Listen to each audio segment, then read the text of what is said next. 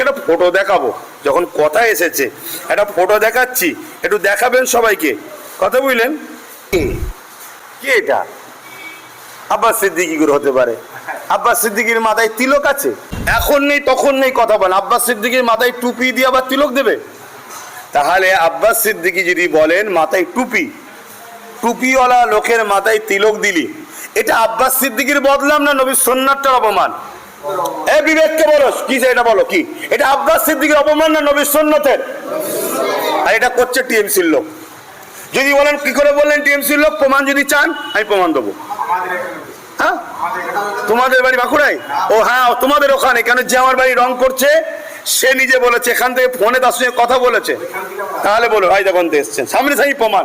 তাহলে বলুন এটা কি হচ্ছে? এই নিয়ে আমি কেস করতে যাবো ভাবছেন নাকি? কেন কেস না, কেন করেন না?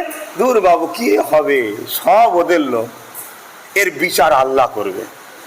তাহলে বলুন, এই ভিডিওটা যদি সাধারণ মুসলমানের কাছে যায়, আজকে বাঁকুড়ার লোক জানে বলে তাই, ওদের ওখানে হয়েছে তাই, আর আমাকে যারা বেপানা মহব্বত করে তাদের কাছে ছেড়ে দাও, কিন্তু সাধারণ একটা নর্মাল ব্যক্তি আমাকে এখন তো চোখে দেখেনি, তো আমার ভয় যে আপনাদের দ্বারা দূরে দূরে গেছে আব্বাস সিদ্দিকী লড়াই করছে গরিবের হয়ে, তার কাছে যদি চলে যায় আর অপর দিকে বলছে আব্বাস সিদ্দিকী বিজেপির দালাল, সে আমায় বিশ্বাস করবে না বিজেপির দালাল ভাববে না?